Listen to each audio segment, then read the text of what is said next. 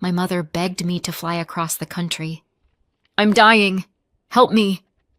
I flew from Seattle to save her in Columbus and walked into a perfectly healthy woman in full makeup, suitcases by the door, my sister with 3 kids and 10 days of beach outfits.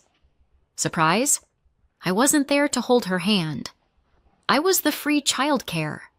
What I did next, they definitely did not enjoy. When my phone started doing its little seizure across my desk, Mom lit up the screen and my stomach did that familiar twist. They never call just to chat. If it's not about money, it's about a favor, usually both. I was buried in endless QuickBooks tables, 3 projects on fire, Bennett reports due the next morning, Slack pinging in the corner like a smoke alarm. Classic Tuesday. I picked up. "Hey, Mom." "Emily." My mother, Linda Marie, sounded like an actress in the last act of a tragic play. Weak, breathy, like a dying swan. "I feel so bad, sweetie. My head is spinning, my chest is tight. Your father's never home, always at work, and I'm here all alone." Heavy breathing in the receiver. Exactly like the hospital dramas where someone yells, "We're losing her!" And then she lives for 6 more seasons. "I really need you, Em. I need you so much." My brain snapped into emergency mode. "What happened this time? Did you call 911? What about Lisa? She lives 15 minutes away. She can swing by and check on you." Lisa is my older sister. Eternal golden child. Mom's favorite. Dad's pride. Walking proof that the universe has a sense of humor. Mom sighed so tragically I could practically feel it through the phone. "Lisa is overwhelmed with 3 kids. She doesn't have time to worry about me." Of course, Lisa is always overwhelmed the second someone might need something from her. "Please, Emily." Her voice quivered, Oscar-worthy.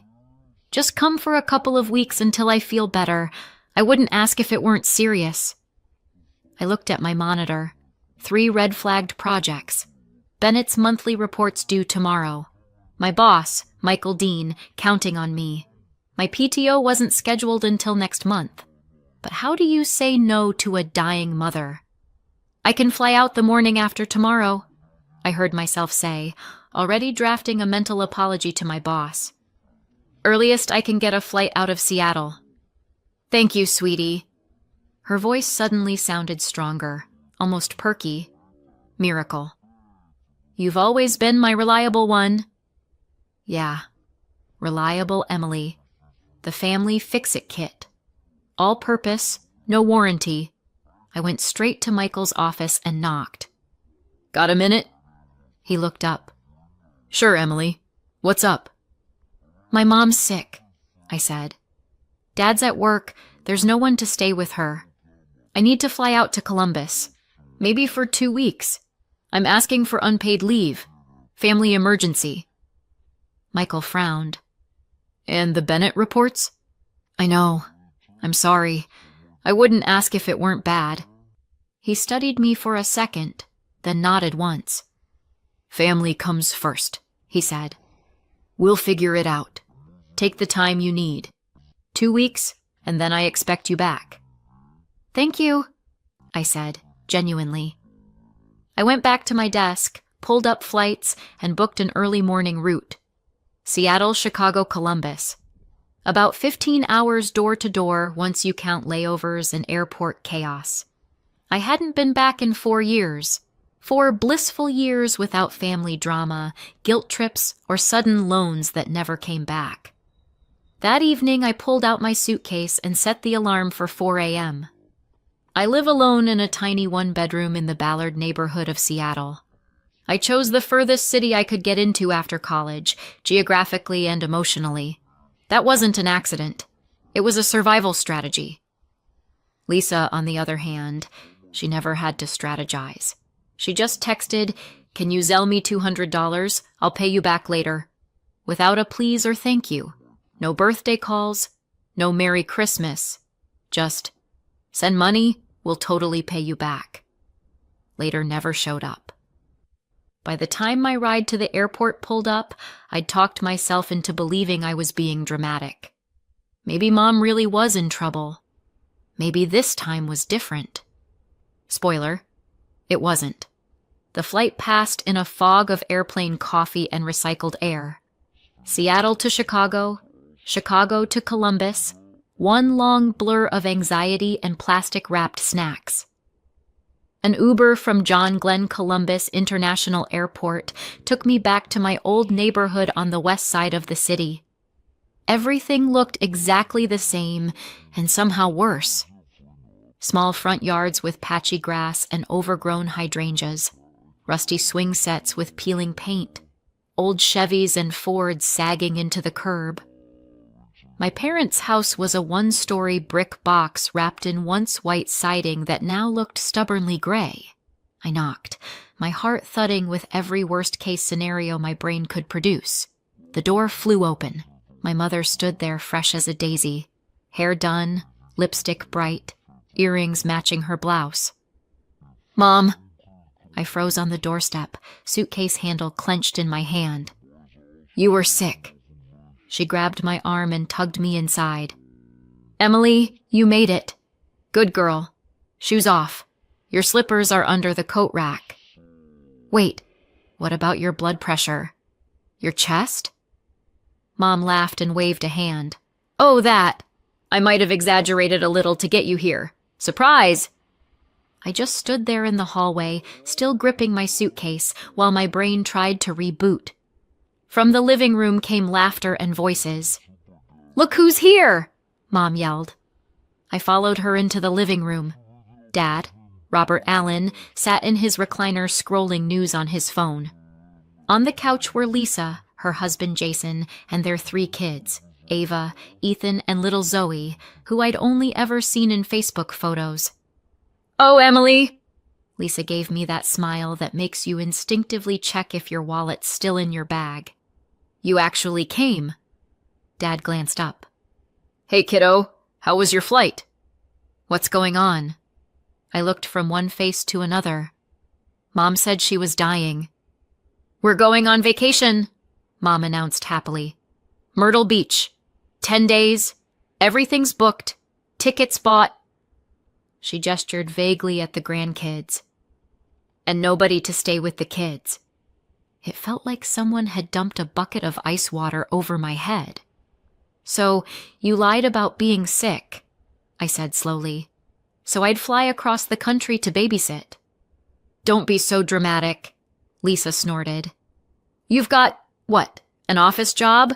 You sit at a computer all day. It's not like you work in a factory." I felt my face start to burn. "I have deadlines, Lisa. 3 projects are on fire. I took unpaid leave for this." "That's what family is for," Mom said in her sermon voice. "To help each other.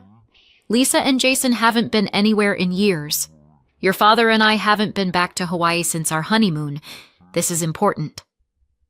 They all looked so pleased with themselves, relaxed, not a trace of shame. My family.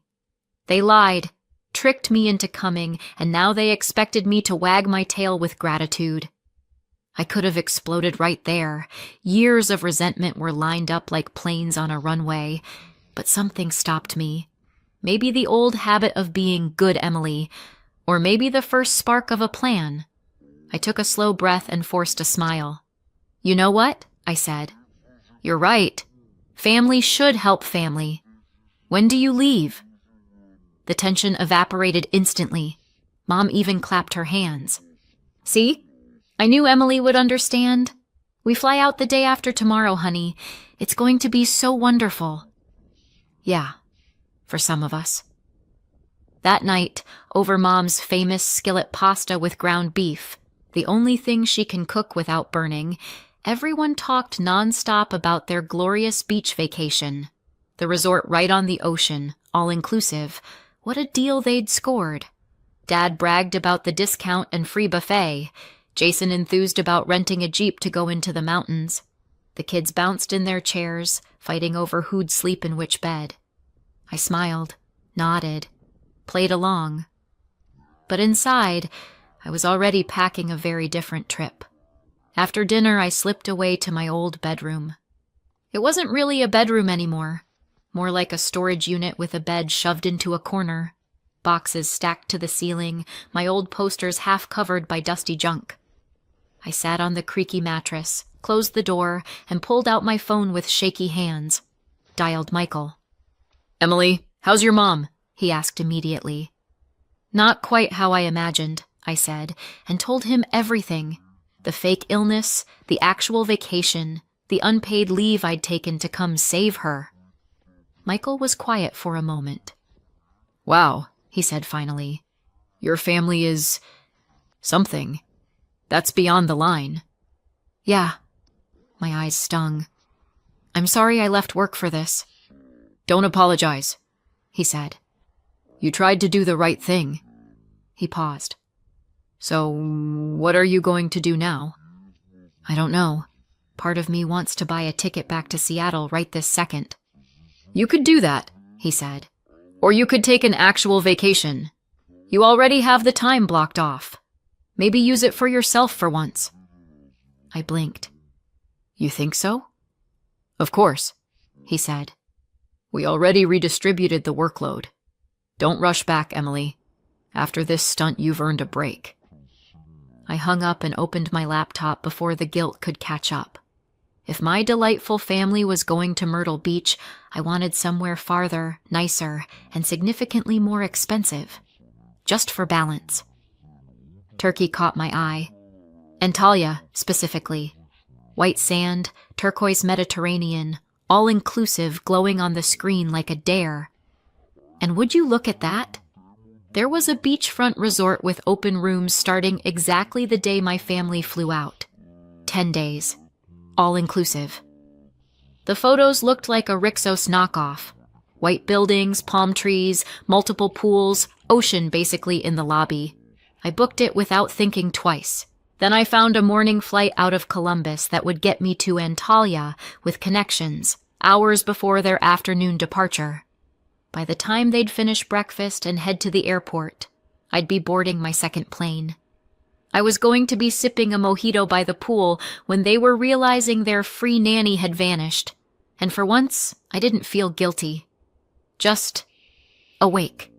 The next morning, I pretended to join the family chaos. Mom and Lisa dashed around with lists, checking suitcases, shouting about sunscreen and swimsuits. Dad rechecked the travel documents for the 15th time. The kids bounced off the furniture. I slipped out to Easton Town Center to pick up a few things. New swimsuit, sunscreen, a cover-up, flip-flops. Everything I'd need for my Turkish all-inclusive. I hid the shopping bags in my suitcase under boring clothes. That night, I triple-checked my plane tickets and hotel reservation. Everything lined up perfectly. A small pang of guilt jabbed at me because of the kids. They weren't to blame. But then I remembered Lisa dismissing my job, Mom's fake heart attack, the way they'd tricked me. My whole life, I'd been last on their list. Memories flooded in. At 12, I was cooking dinner and scrubbing floors while my darling sister went out with friends. At 16, I got a job at a supermarket to pay for my own clothes and textbooks.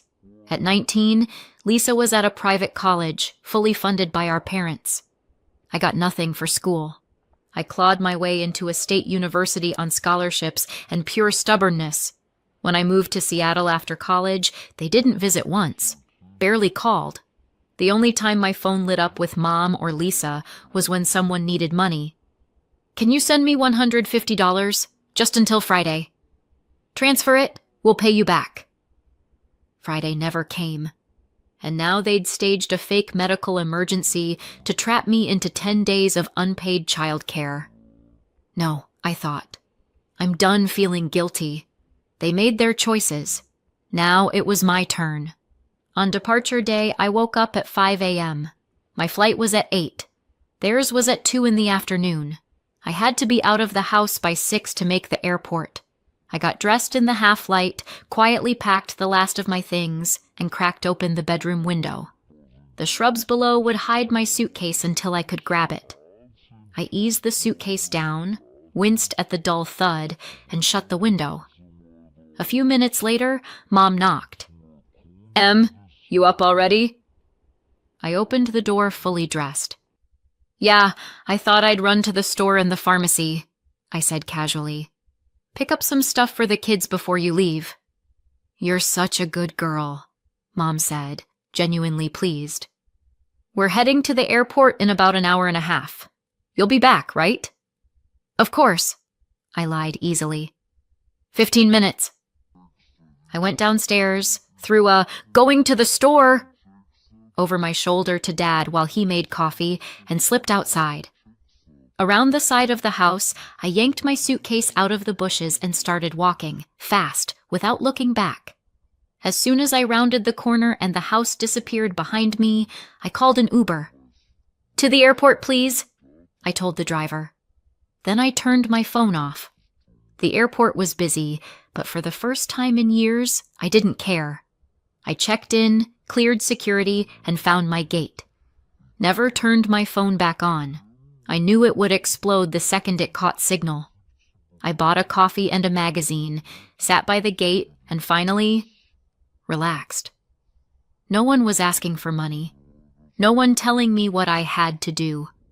No one treating me like a background character in my own life.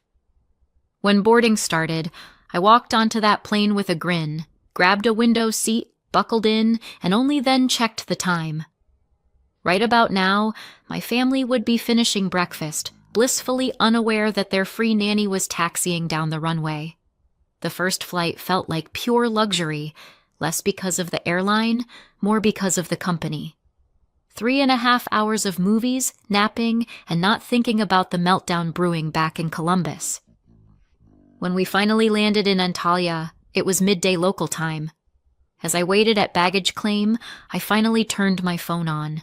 It went insane. 27 missed calls, 42 messages, like shaking up a beehive and popping the lid. A quick skim. "Where are you?"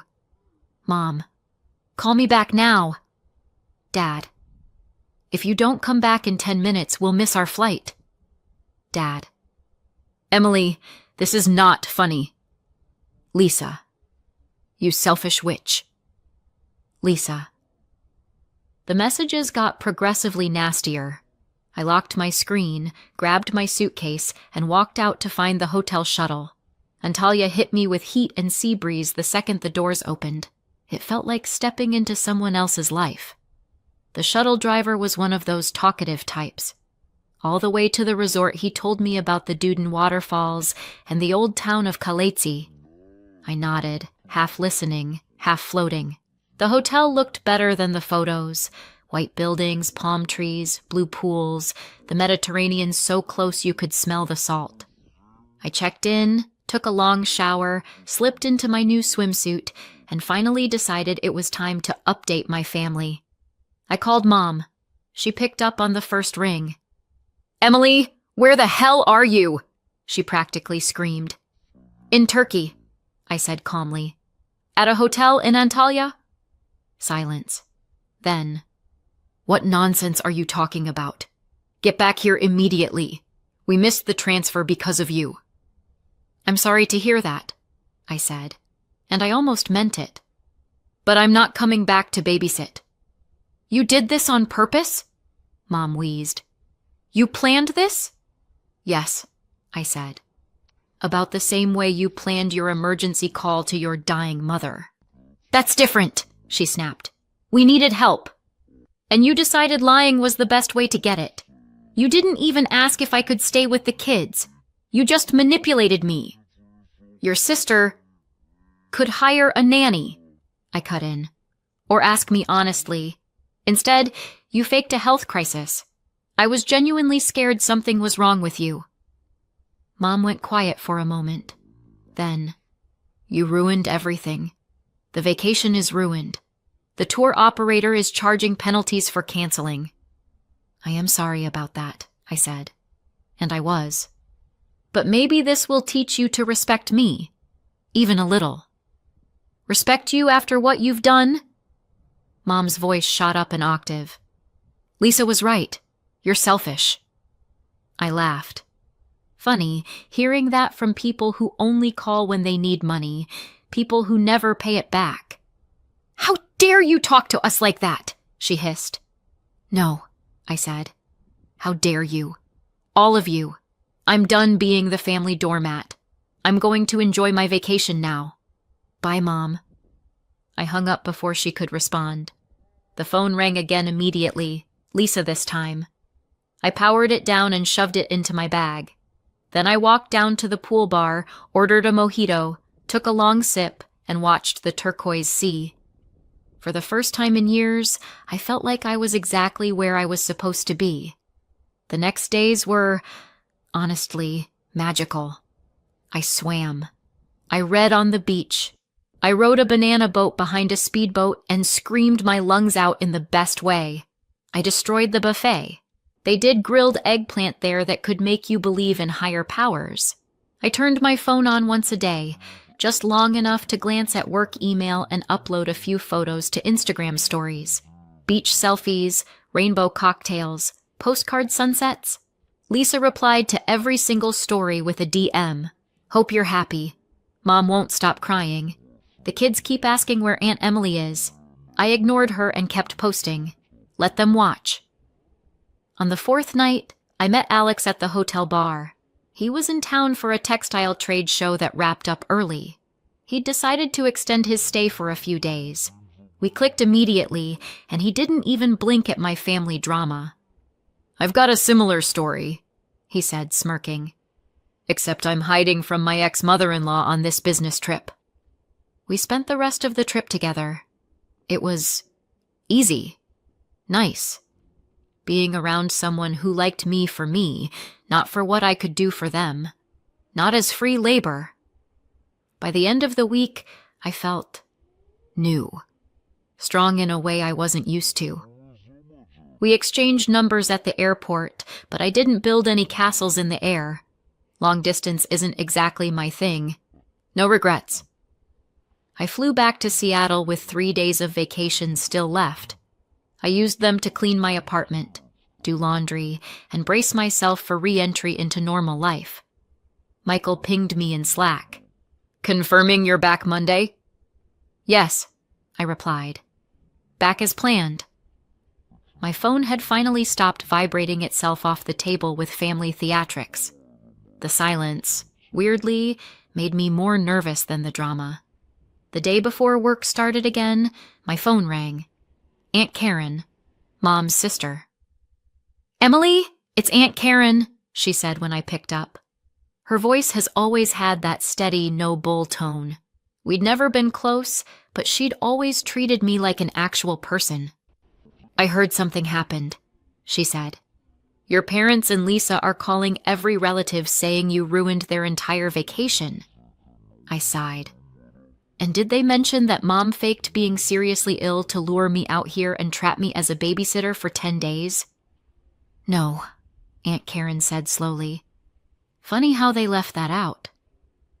So I told her everything. The fake illness, the Myrtle Beach plan, the unpaid leave, my escape, the calls, the whole circus.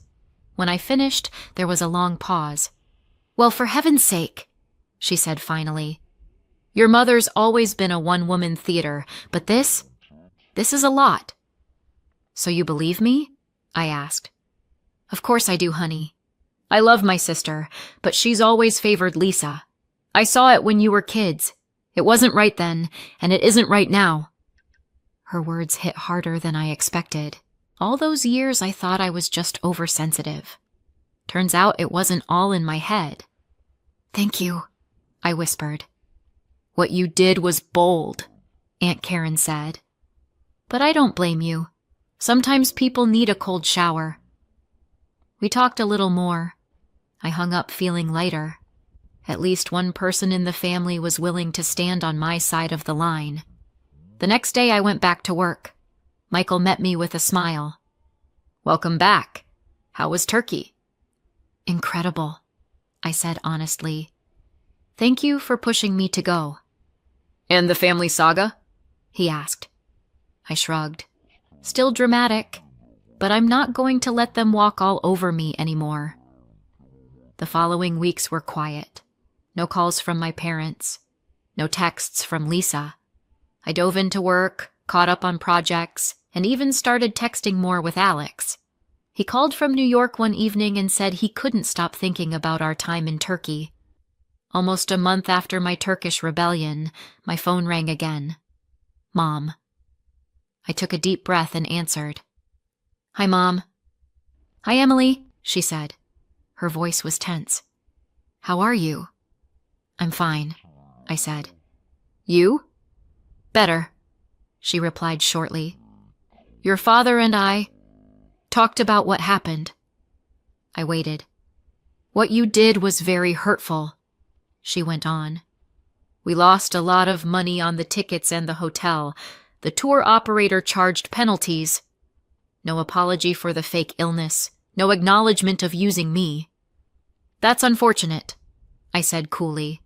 Maybe next time it would be better to hire a nanny instead of lying to trick me into coming. Mom sighed heavily. We didn't lie, she said. We just exaggerated a little. That's how we do things. We're supposed to help each other. It goes both ways. Funny, I said, because from where I'm sitting, it looks like I help you, and you take advantage of it. When was the last time you called just to see how I'm doing? Not to ask for money, not to ask for a favor, just to talk to your daughter. Silence. Exactly, I said. Look, Mom, I'm not saying what I did wasn't petty. It was. But I'm done being the family ATM and the free babysitter. What are you suggesting then? She asked quietly. If you want a normal relationship with me, I said, it has to be a two-way street. I need to feel like you value me, not just what I can do for you. Another pause. Fine, she said finally. I'll think about what you said. Do that, I replied. Bye, Mom. I hung up, not knowing if that was the beginning of reconciliation or the last nail in the coffin of whatever we called our relationship. Either way, I didn't regret standing up for myself. A little while later, Lisa texted. The kids keep asking about you. No apology, no hint of guilt. Just using the kids as leverage as usual. I didn't respond. Life went on. I got a promotion at work. Now I manage an entire line of projects instead of just juggling spreadsheets in the background. Alex flew out one weekend. I showed him around Seattle. We went up to Cary Park Overlook, watched the city lights flicker under the clouds, and walked all the way out to Alki Point Lighthouse. I joined a local travel club, made new friends, people who liked me without needing an excuse. 3 months after the turkey incident, Aunt Karen called again. I thought you'd want to know, she said. Your mother admitted to me that they handled things badly when they lied to you. Not in those exact words, of course. Of course, I snorted. She told me she should have just asked you directly to help with the kids. For your mother, that's practically a confession. I laughed. Probably. Give them time, Em, Aunt Karen said. They're stubborn, but they do love you. In their way. In their way? I repeated quietly. Not perfect, she said. But it's something. After we hung up, I sat there a long time, thinking about family. The one you're born into and the one you build yourself. For so many years, I'd tried to earn my parents' and sisters' approval. It never worked. Maybe it never will. And maybe that's okay. I've built a good life, a job I like, friends who actually value me, a promising relationship with a man who met me as I am, not as a utility. I don't need to be the family rag doll to feel worthy of love. A week later, a card arrived in the mail. Inside was a transfer to my account, the exact amount of the loans they'd borrowed and never repaid. The money hit my balance the same day. On the card, in Mom's handwriting, sorry this took so long. Love, Mom. Not a full apology, not a promise to change, but something. A small, crooked step.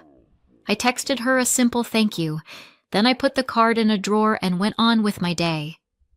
Do I want a full reconciliation? I'm not sure. Part of me, despite everything, still misses them. Another part is terrified of sliding back into old patterns and becoming reliable Emily again, the girl who drops everything whenever they snap their fingers. So for now, I keep my distance. Maybe one day we'll figure out a healthier way to be in each other's lives. Maybe we won't. Either way, I know one thing for certain. I'm going to be okay. So what do you think? Did I go too far or not far enough? Let me know in the comments and subscribe for more.